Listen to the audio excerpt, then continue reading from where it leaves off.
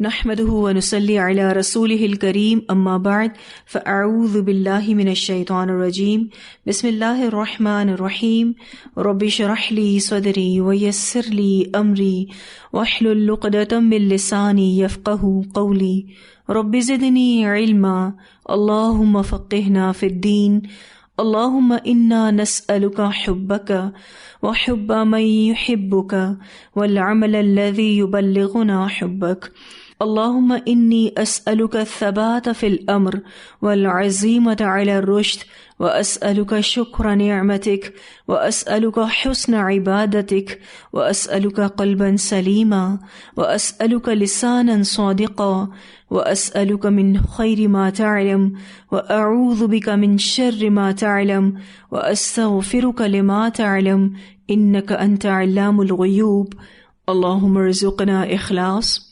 الہی آمین۔ Lesson number 145 سورہ اسراء آیت نمبر 40 to 60، 40 سے لے کر 60 تک انشاءاللہ۔ اللہ سبحانہ تعالیٰ فرماتے ہیں افا اصفاکم، کیا بھلا چن لیا تم کو ربکم تمہارے رب نے بالبنین بیٹوں کے ساتھ، واتخذ اور بنا لی من الملائکۃ اناثا فرشتوں میں سے لڑکیاں، انکم بے شک تم لتقولون البتہ تم کہتے ہو قولا عظیما بہت بڑی بات۔ اب یہاں آپ دیکھیے تو اللہ سبحانہ تعالیٰ نے بات کو استفہام انکاری سے شروع کیا ہے۔ استفہام انکاری ایسے سوال کو کہتے ہیں جس میں انکار ہوتا ہے۔ اس سے جو پچھلی آیت تھی اس میں توحید کا بیان ہوا، اب توحید کے بیان کے بعد مشرکین مکہ کے شرک کا ذکر ہو رہا ہے، اور انداز استفہام انکاری کا اختیار کیا گیا ہے۔ استفہام انکاری کا یہ انداز اس لیے ہوتا ہے تاکہ وہ خود کہیں کہ ہاں یہ ممکن نہیں۔ اہل عرب ملائکہ کو اللہ کی بیٹیاں کہتے تھے اور خود تو بیٹی کی پیدائش پر راضی نہیں تھے، جیسے کہ یہاں بات آئی افا اصفاکم ربکم بالبنین، کیا بھلا چن لیا تم کو تمہارے رب نے بیٹوں کے ساتھ، واتخذ من الملائکۃ اناثا اور بنا لی فرشتوں میں سے لڑکیاں، یعنی اس نے اپنے لیے بیٹیاں چن لیں۔ اب آپ دیکھیے تو یہاں بیٹیوں کی ناقدری مقصود نہیں بلکہ اہل عرب کی ناسمجھی کو واضح کرنا ہے، اور یہ بتایا جا رہا ہے اس آیت میں کہ فرشتے اللہ کی بیٹیاں نہیں ہیں۔ اللہ تعالیٰ فرماتے ہیں انکم لتقولون قولا عظیما، یقیناً تم البتہ تم کہتے ہو بہت بڑی بات، یعنی اللہ کی شان میں تم بہت ہی بڑی گستاخی کی بات کر رہے ہو۔ تو یہ مشرکین مکہ جن کے شرک کا یہاں ذکر ہو رہا ہے کہ وہ فرشتوں کو اللہ کی بیٹیاں بناتے تھے، تصور کرتے تھے، جنہیں یہ اپنے لیے ناگوار سمجھتے تھے، یعنی بیٹیوں کو یہ اپنے لیے ناگوار سمجھتے تھے۔ اس طرح یہ دوہرے جرم کے مرتکب ہوتے تھے۔ اور یہ جو آخر میں کہا گیا قولا عظیما، تو یہ بات اللہ کی شان میں بہت بڑی گستاخی ہے، اس کی شان کے خلاف ہے کہ وہ اولاد بنائیں۔ اس کی وجہ یہ ہے کہ اولاد ایک سپورٹ ہوتی ہے اور اللہ کو کسی کے سپورٹ کی ضرورت نہیں، اور دوسری وجہ یہ کہ اولاد کمزوری ہوتی ہے اور اللہ کمزور نہیں ہے۔ پھر اللہ تعالیٰ فرماتے ہیں وَلَقَدْ اور البتہ تحقیق صرفنا پھیر پھیر کر لائے ہیں ہم فی ھذا القرآن اس قرآن میں لیذکروا تاکہ وہ نصیحت پکڑیں۔ یہاں پر صرفنا کا جو لفظ ہے اس کا معنی ہوتا ہے کسی چیز کا ایک حالت سے دوسری حالت کی طرف یا ایک امر سے دوسرے امر کی طرف پلٹنا۔ اللہ تعالیٰ فرماتے ہیں اور البتہ تحقیق پھیر پھیر کر لائے ہیں ہم اس قرآن میں، یعنی حکمت کی باتیں، اور اس صرفنا کی حکمت کیا بتائی گئی؟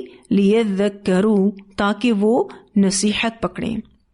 وما یزیدہم اور نہیں بڑھاتا ان کو، یعنی یہ صرفنا جو ہے یہ نہیں بڑھاتا ان کو، یا پھر یہ جو مثالیں قرآن میں آئی ہیں نہیں بڑھاتی ان کو الا مگر نفورا بھاگنے میں، نفرت میں۔ نفورا کا جو لفظ ہے نون فا را سے ہے، نفر عن کا معنی ہوتا ہے کسی چیز سے دور جانا، تو نفور کا معنی دور بھاگنا، اور خاص طور پر حق سے نفرت کے لیے لفظ آیا ہے، یعنی حق سے نفرت اور اس سے دور ہونے میں اضافہ ہوتا ہے۔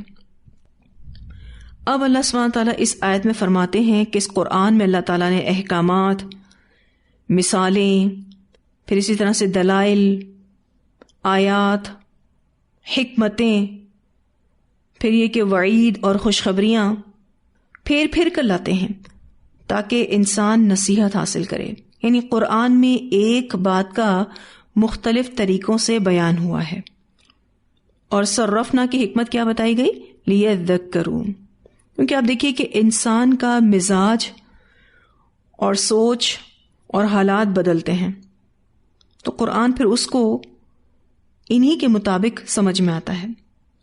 پھر یہ کہ انسان کے ساتھ نسیان جڑا ہے، وہ بھول جاتا ہے، تو اس کو یاد دلایا جاتا ہے۔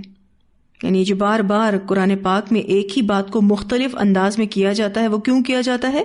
کیونکہ انسان کے ساتھ نسیان جڑا ہے، وہ بھول جاتا ہے، تو اس کو یاد دلا دیا جاتا ہے۔ پھر یہ کہ جو چیز بار بار کہی جائے تو وہ پختہ ہو جاتی ہے، عمل میں آ جاتی ہے۔ پھر یہ کہ سمجھانے کے مختلف انداز ہیں، تو یہ انداز سب سے زیادہ پر اثر ہے، یعنی سمجھانے کا یہ طریقہ انتہائی پر اثر ہے۔ پھر یہ کہ یہ اللہ کی محبت کا اظہار بھی ہے۔ کیا چیز؟ بار بار سمجھانا، ایک ہی بات کو بار بار دہرانا، یہ اللہ کی محبت کا اظہار ہے۔ اللہ کبھی نرمی سے بات کرتے ہیں، کبھی سختی سے بات کرتے ہیں، تاکہ ہم نصیحت حاصل کریں۔ لیکن لوگوں کا کیا حال ہے؟ وما یزیدہم الا نفورا، یہ جو صرفنا ہے نہیں بڑھاتا ان کو مگر نفرت میں یا پھر بھاگنے میں، یہ حق سے نفرت کرنے لگتے ہیں۔ یعنی کچھ لوگوں کو بات سمجھ نہیں آتی تو وہ قرآن سے بھاگتے ہیں، اور قرآن میں جو بار بار باتوں کو دہرایا گیا ہے یہ ان کے لیے نفرت کا باعث ہے۔ اب آپ دیکھیے قرآن ایک ہے، لیکن یہ فرق پھر کیوں ہے؟ اس کی مثال کچھ ایسے ہے کہ جو اچھی زمین ہوتی ہے تو اس پر بارش پڑے تو مٹی سے خوشبو اٹھتی ہے، اور اگر گندی زمین پر بارش ہو تو وہاں گندگی اور سڑان بڑھ جاتی ہے۔ بالکل اسی طرح سے قرآن اچھے لوگوں کی شخصیت میں مزید اضافہ کرتا ہے، اور بد کردار لوگوں کے اندر اور سرکشی بڑھ جاتی ہے۔ تو اللہ تعالیٰ فرماتے ہیں کہ نہیں بڑھاتا ان کو مگر بھاگنے میں یا نفرت میں۔ تو کچھ لوگ قرآن کو سمجھ نہیں پاتے تو پھر وہ قرآن سے دور ہو جاتے ہیں، وہ کہتے ہیں ایک ہی طرح کی باتیں ریپیٹ ہوئی ہیں، ہمیں یہ سب کچھ پتا ہے۔ اور جو ایمان والے لوگ ہوتے ہیں، جو اچھے لوگ ہوتے ہیں، جیسے جیسے قرآن پڑھتے جاتے ہیں ویسے ویسے ان کی شخصیت گروم ہوتی جاتی ہے، مزید خوبصورت ہوتی جاتی ہے۔ لیکن جو برے لوگ ہوتے ہیں ان کے اندر اور سرکشی بڑھ جاتی ہے۔ پھر اللہ تعالیٰ فرماتے ہیں قل کہہ دیجئے لو اگر کانا ہوتے معہو اس کے ساتھ آلہتن کچھ الہ کما یقولون جیسا کہ وہ کہتے ہیں اذن تب لبتغوا البتہ وہ تلاش کرتے الی ذی العرش طرف عرش والے کے سبیلا راستہ۔ اللہ تعالیٰ فرماتے ہیں اگر اللہ کے ساتھ مزید الہ ہوتے جیسا کہ یہ مشرکین کہتے ہیں تو وہ اللہ یعنی صاحب عرش سے مقابلہ کرتے اور وہاں تک پہنچنے کے لیے کوئی راہ ضرور تلاش کرتے، یعنی اپنا اقتدار قائم کرنے کی کوشش کرتے۔ تو اللہ تعالیٰ فرماتے ہیں سبحانہ پاک ہے وہ، وتعالی اور بلند ہے، عما اس سے جو یقولون وہ کہتے ہیں، علوا کبیرا بلندی بہت زیادہ۔ اللہ تعالیٰ پاک ہے اور بلند ہے، یہ جو کچھ بھی کہتے ہیں اس سے اس کا رتبہ بہت عالی ہے۔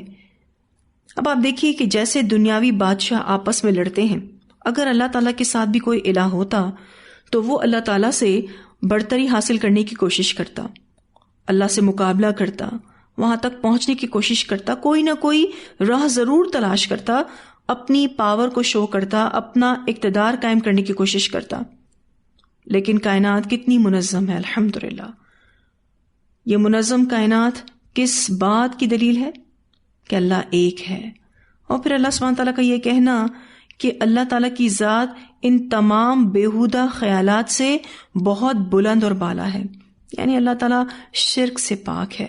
لوگ جو بھی کہتے ہیں بے شک کہیں، جو کچھ بھی یہ کہتے ہیں اس سے اس کا یعنی اللہ کا رتبہ بہت بڑا ہے، بہت عالی ہے۔ اور یہاں پر آپ دیکھیے علوًا کبیرہ کے الفاظ آئے ہیں، بلندی بہت زیادہ۔ پھر اللہ سبحانہ تعالیٰ فرماتے ہیں تسبحوا، تسبیح کر رہے ہیں۔ تسبحوا کا جو لفظ ہے سین با حا سے ہے، لغوی معنی کسی چیز کا ہوا یا پانی میں تیرنا اور تیزی سے گزر جانا، جیسے کہ مچھلی کا تیرنا، پرندے کا اڑنا۔ جب پرندہ بھی فضا میں اڑتا ہے تو آپ کو ایسے ہی لگ رہا ہوتا ہے کہ وہ ہوا میں تیر رہا ہے۔ گردش کرنا، ٹھیک ہے۔ تو ایک تو معنی موومنٹ کرنا اور دوسرا معنی تسبیح کرنا، یعنی اللہ تعالیٰ کا ذکر کرنا۔ تسبیح دو طرح کی ہوتی ہے، ایک تسبیح حال یعنی اپنے وجود سے اطاعت کرنا، اور ایک ہوتی ہے تسبیح ما قول یعنی اپنی زبان سے ذکر و تسبیح کرنا۔ یعنی ایک تسبیح جو حال سے پتہ چلتی ہے وہ کیا ہے؟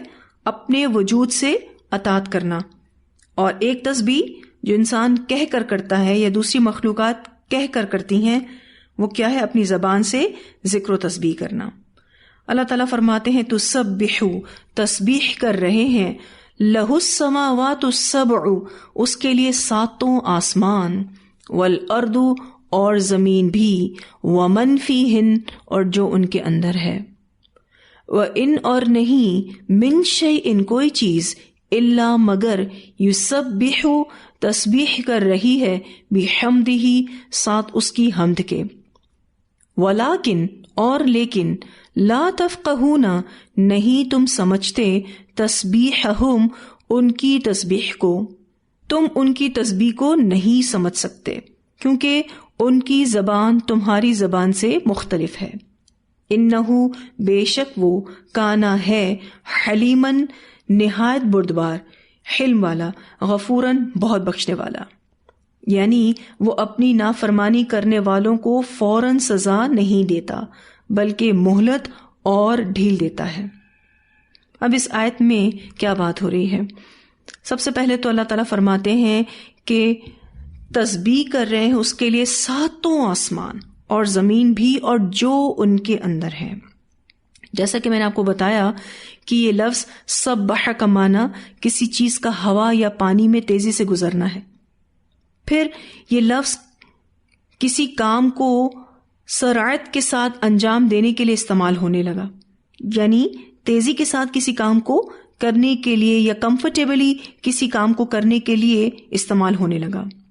تو کائنات کی ہر چیز تسبیح کر رہی ہے، قولی اور حالی دونوں صورتوں میں۔ جس مخلوق کی تسبیح جتنی واضح ہوگی اس پر اللہ کی رحمت کا نزول بھی اتنا ہی ہوگا۔ یہ بات آپ ایک حدیث سے سمجھ سکتے ہیں۔ نبی اکرم صلی اللہ علیہ وسلم کا گزر ایسی قبروں پر ہوا جنہیں عذاب ہو رہا تھا، تو آپ صلی اللہ علیہ وسلم نے فرمایا ان دونوں کو عذاب ہو رہا ہے، اور انہیں کسی بڑے گناہ کی وجہ سے عذاب نہیں ہو رہا، بلکہ ان میں سے ایک شخص کا جرم یہ تھا کہ وہ پیشاب کے چھینٹوں سے پرہیز نہیں کرتا تھا، اور دوسرے شخص کا جرم یہ تھا کہ وہ چغل خور تھا۔ پھر آپ صلی اللہ علیہ وسلم نے ایک ہری ٹہنی لی، اس کے 2 حصے کیے اور انہیں دونوں قبروں پر گاڑ دیا۔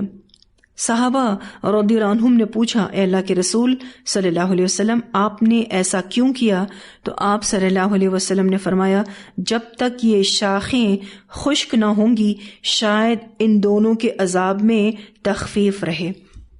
یہ بخاری کی روایت ہے۔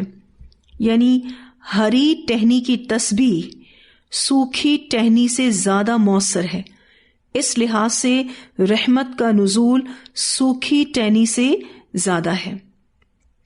یعنی یہ جو ہری ٹہنیاں ہیں نبی اکرم صلی اللہ علیہ وسلم نے ان دونوں قبروں پر جو گاڑی، آپ صلی اللہ علیہ وسلم نے فرمایا کہ امید ہے کہ جو ہری ٹہنیاں ہیں اللہ کا ذکر کریں گی تو ان کے ذکر کی وجہ سے ان پر عذاب انشاءاللہ کم رہے گا.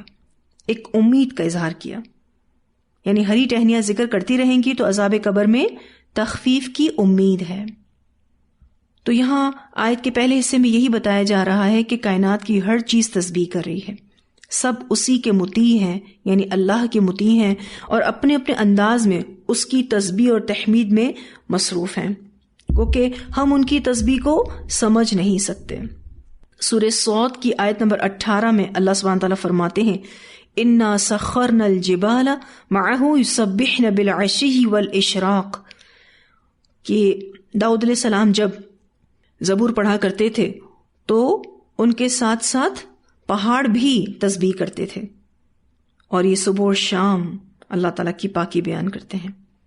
پھر اسی طرح سے سورۃ البقرہ کی آیت نمبر 74 میں ہم نے پڑھا وَإِنَّ مِنْهَا لَمَا يَهْبِطُ مِنْ خَشْيَةِ اللَّهِ، پتھروں میں سے کچھ پتھر ایسے ہوتے ہیں جو اللہ کی خشیت سے گر پڑتے ہیں، یعنی یہ پتھر بھی اللہ تعالیٰ کی تسبیح کرتے ہیں.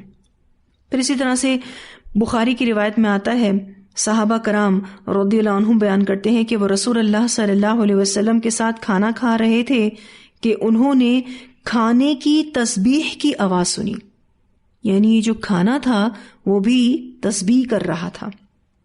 پھر بخاری کی روایت میں آتا ہے کہ چونٹیاں اللہ کی تسبیح کرتی ہیں. پھر بخاری کی ایک اور روایت میں آتا ہے کہ جس تنے کے ساتھ ٹیک لگا کر رسول اللہ صلی اللہ علیہ وسلم خطبہ ارشاد فرماتے تھے، جب لکڑی کا ممبر بن گیا تو اسے آپ صلی اللہ علیہ وسلم نے چھوڑ دیا تو بچے کی طرح اس سے رونے کی آواز آتی تھی. اب آپ دیکھیے کہ وہ درخت کا تنا روتا تھا، کیونکہ جب تک نبی اکرم صلی اللہ علیہ وسلم کا لکڑی کا ممبر نہیں بنا تھا، آپ صلی اللہ علیہ وسلم اس پر کھڑے ہو کر اللہ کا ذکر کرتے تھے، خطبہ ارشاد فرماتے تھے. تو وہ درخت کا تنا اس کو فیل کرتا تھا، اور obviously وہ بھی اللہ کا ذکر کرتا تھا. اور جب آپ صلی اللہ علیہ وسلم کا نیا ممبر تیار ہو گیا تو وہ اس کو مس کرتا تھا اور روتا تھا، اور باقاعدہ اس میں سے کیسی آواز آتی تھی؟ بچے کی طرح رونے کی آواز آتی تھی. پھر یہ کہ مسلم کی روایت میں آتا ہے مکہ میں ایک پتھر تھا جو رسول اللہ صلی اللہ علیہ وسلم کو سلام کیا کرتا تھا. تو اللہ تعالیٰ کی جو یہ مخلوقات ہیں اللہ کی تسبیح کرتی ہیں، اپنے قول سے بھی اور اپنے حال سے بھی. اور حال سے تسبیح کیا ہے؟ ان کی اطاعت، اور قول سے تسبیح ان کی اپنی زبان میں اللہ کا ذکر کرنا ہے. لیکن اللہ تعالیٰ فرماتے ہیں وَلَٰكِن لَا تَفْقَهُونَ تَسْبِيحَهُمْ، تم ان کی تسبیح کو نہیں سمجھ سکتے کیونکہ ان کی زبان تمہاری زبان سے مختلف ہے. تو کیا سبق ملتا ہے اس آیت سے؟ اس آیت سے اطاعت کا سبق ملتا ہے. پوری کی پوری کائنات ہمیں اطاعت کا درس دیتی ہے. پھر یہ کہ ہم اللہ کا ذکر کتنا کرتے ہیں. ہم تو سوچ بھی نہیں سکتے کہ یہ کائنات کی ایک ایک چیز اللہ کی تسبیح کس طرح سے کر رہی ہے. ہمیں ان کی تسبیح کا شعور نہیں ہے. ہم انسان کتنی باتوں کو نہیں جانتے. ہر مخلوق اپنا سینس رکھتی ہے. اللہ تعالیٰ نے ہمیں بہت سی باتوں کو سننے سے دور رکھا ہے تاکہ ہم سکون سے جی سکیں. مثلا آپ دیکھیے کہ مردوں کی چیخو پکار جو قبروں میں ان پر عذاب ہونے کے وقت ہوتی ہے، اگر ہمیں سنوا دی جائے تو ہم جی نہ سکیں. تو ان مخلوقات کی تسبیح بھی اگر ہمیں سنوا دی جائے تو شاید ہم خوف زدہ ہو جائیں. پھر یہ کہ حرکت میں رہنے کا سبق بھی ملتا ہے نا. یہ جو لفظ ہے سبحہ، اس کا ایک معنی کیا تھا؟ حرکت میں رہنا. تو اللہ تعالیٰ نے اگر ہمیں صحت دی ہے تو ہمیں اپنے آپ کو ایکٹیو رکھنا چاہیے. حرکت زندگی کی علامت ہے. آپ دیکھیے کہ کسی کیڑے کو جب وہ ایک ہی جگہ پر سٹل کھڑا ہوتا ہے تو ہم سمجھتے ہیں کہ وہ بے جان ہے، لیکن جیسے ہی وہ حرکت کرنے لگتا ہے تو ہمیں پتہ چلتا ہے کہ نہیں، یہ زندہ ہے. تو حرکت زندگی کی علامت ہے. اپنے آپ کو ایکٹیو رکھیں. اور دوسری بات یہ کہ بہت زیادہ اللہ تعالیٰ کا ذکر کریں. خوب اللہ تعالیٰ کا ذکر کرنا ہے، اور شعوری طور پر انشاءاللہ. اور اللہ تعالیٰ سے دعا کرنی ہے کہ اللہ میری زبان کو اپنے ذکر سے تر کر دے، میرے لیے اپنا ذکر کرنا آسان کر دے. یاد رکھیے گا قیامت سے پہلے ایسا وقت آئے گا کہ جب کھانے پینے کے لیے کچھ نہیں ہوگا اور اہل ایمان اللہ کی تسبیح کر کے اپنا پیٹ بھریں گے. پھر یہ کہ اہل جنت بھی تو تسبیح کریں گے، حالانکہ جنت میں تسبیح کا کوئی معاملہ اللہ تعالیٰ نے نہیں رکھا، لیکن اہل جنت پھر بھی اللہ کی تسبیح کریں گے. تو اس کی عادت بنا لیں ہم سب انشاءاللہ تعالیٰ. یاد رکھیے گا کہ جو اذکار اللہ تعالیٰ نے ہمیں دیے ہیں وہ ہمارے ہی بھلے کے لیے ہیں، کیونکہ اللہ کے ذکر میں ہی دلوں کا اطمینان ہے.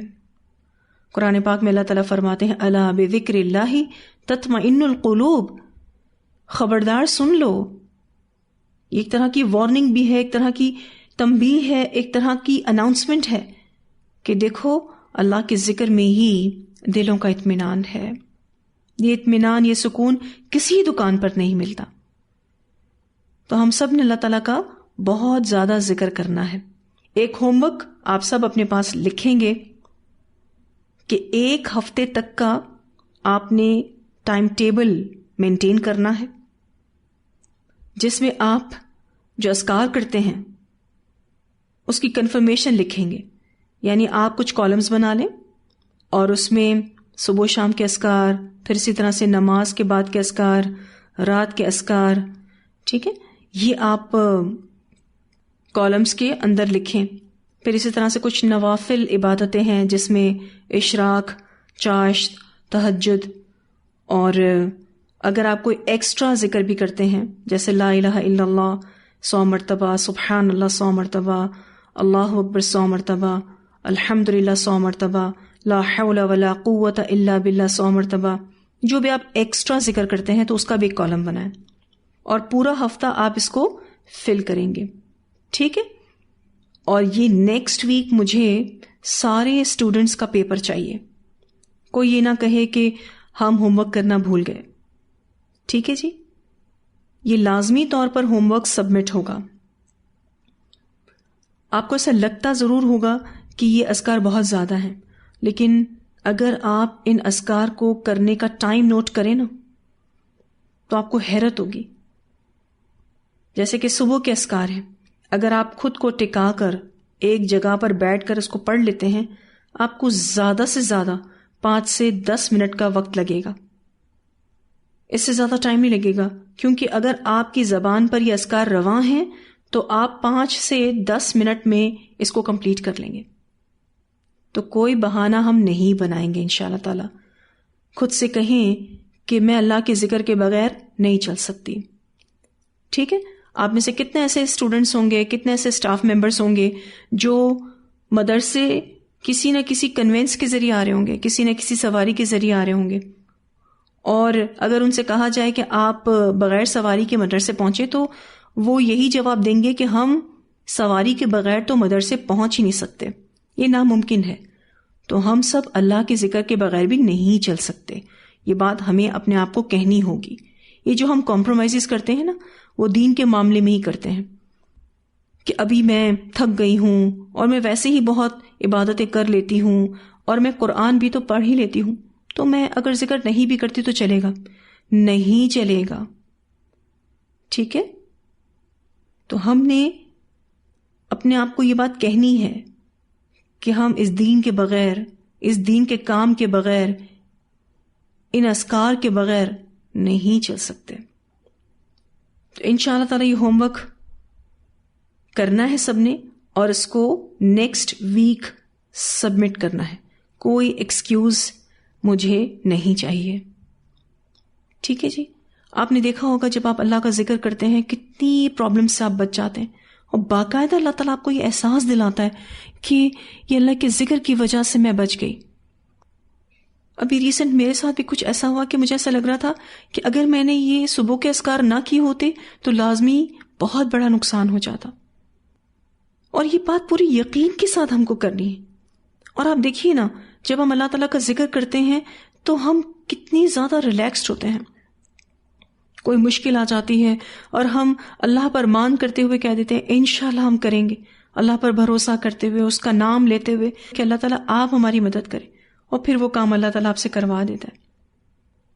آپ سب نے اس بات کو محسوس کیا ہوگا تو اللہ کا ذکر چھوڑ کر اپنا ہی نقصان کرنا ہے.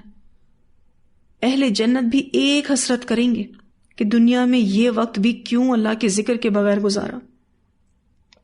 تو اس آیت کا تقاضا کیا ہے کہ ہم بھی اللہ کا بہت زیادہ ذکر کریں. دیکھیں کائنات میں جتنی بھی مخلوق اللہ کا ذکر کر رہی ہے نا، وہ تو پروگرامڈ ہے، ٹھیک ہے.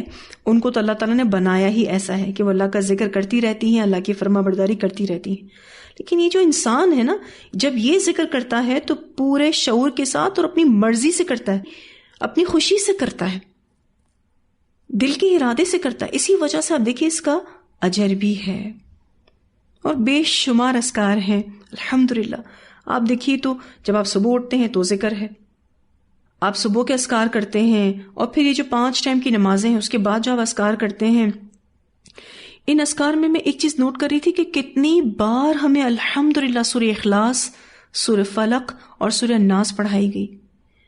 آپ دیکھیں تو فجر کی نماز کے بعد جو آپ اذکار کرتے ہیں اس میں 3 بار یہ صورتیں ہیں، پھر صبح کے اذکار میں بھی 3 بار یہ صورتیں ہیں. پھر آپ دیکھیے تو ظہر کی نماز کے بعد 1 بار، عصر کی نماز کے بعد 1 بار، پھر شام کے اذکار میں 3 بار، پھر مغرب کی نماز کے بعد کے اذکار میں 3 بار، اور پھر عشاء کے بعد 1 بار، اور پھر رات کو سونے سے پہلے 3 بار. سبحان اللہ. یعنی ڈیلی بیسس پر ہمیں ان صورتوں کی کتنی ضرورت ہے.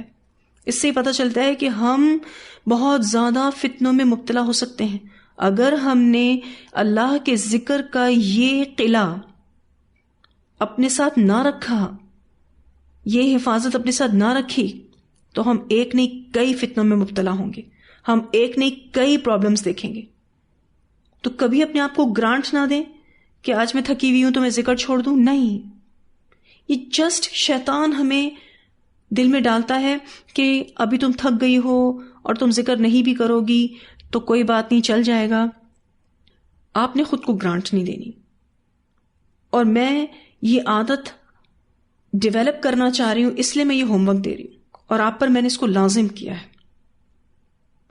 انشاءاللہ تعالیٰ اس کو ضرور بضرور کرنا ہے. اور دیکھیں پورے شعور کے ساتھ ذکر کرنا ہے، کیونکہ اگر ہم نے شعور کے ساتھ ذکر نہیں کیا تو وہ صرف اور صرف زبانی ایکسرسائز ہوگی، اور اللہ تعالیٰ تو ایسے ذکر کو قبول نہیں کرتا. اللہ غافل دل کی دعا نہیں سنتے. نہیں سننے کا کیا مطلب ہے؟ قبول نہیں کرتا. تو ہم سب نے زبانی ایکسرسائز نہیں کرنی، شعور کے ساتھ اللہ کا ذکر کرنا ہے. اور جب آپ پورے دن کے اذکار کو فلفل کر لیں گے نا انشاءاللہ تعالیٰ، اور جو نوافل عبادتیں آپ کریں گے انشاءاللہ تعالیٰ، آپ دیکھیں گے آپ کو باقاعدہ اپنی زندگی میں برکت محسوس ہوگی. ٹھیک ہے، تو انشاءاللہ تعالیٰ اس کو کرنا ہے، اور اس کا فیڈ بیک بھی مجھے چاہیے کہ آپ ان اذکار کو کرنے میں کتنا وقت لے رہے ہیں اور ان اذکار کو کرنے کے بعد آپ کی فیلنگز کیا ہیں.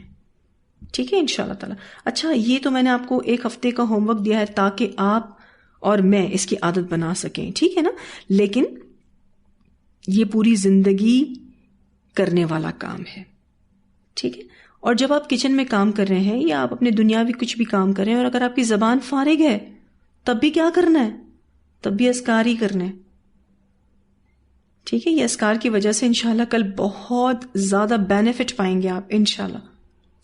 اور یہ جو ہم کبھی کبھی اذکار چھوڑ دیتے ہیں اور اللہ تعالیٰ ہمیں بچا لیتا ہے نا، اس کی وجہ بھی اس آیت کے آخر میں آ رہی ہے، انہ کان حلیما غفورا. بے شک وہ ہے حلم والا، بہت بخشنے والا. کتنی نعمتیں انسان کو دے رکھی اللہ تعالیٰ نے، پھر بھی اس کی اطاعت کم ہے، اس کا ذکر کم ہے. اللہ تعالیٰ پھر ہماری کوتاہیوں کو معاف کرتا ہے اور حلم کی وجہ سے برداشت کرتا ہے. انہ کان حلیما غفورا. یہ ہمارے رب کی محبت ہے ہمارے لیے. الحمدللہ.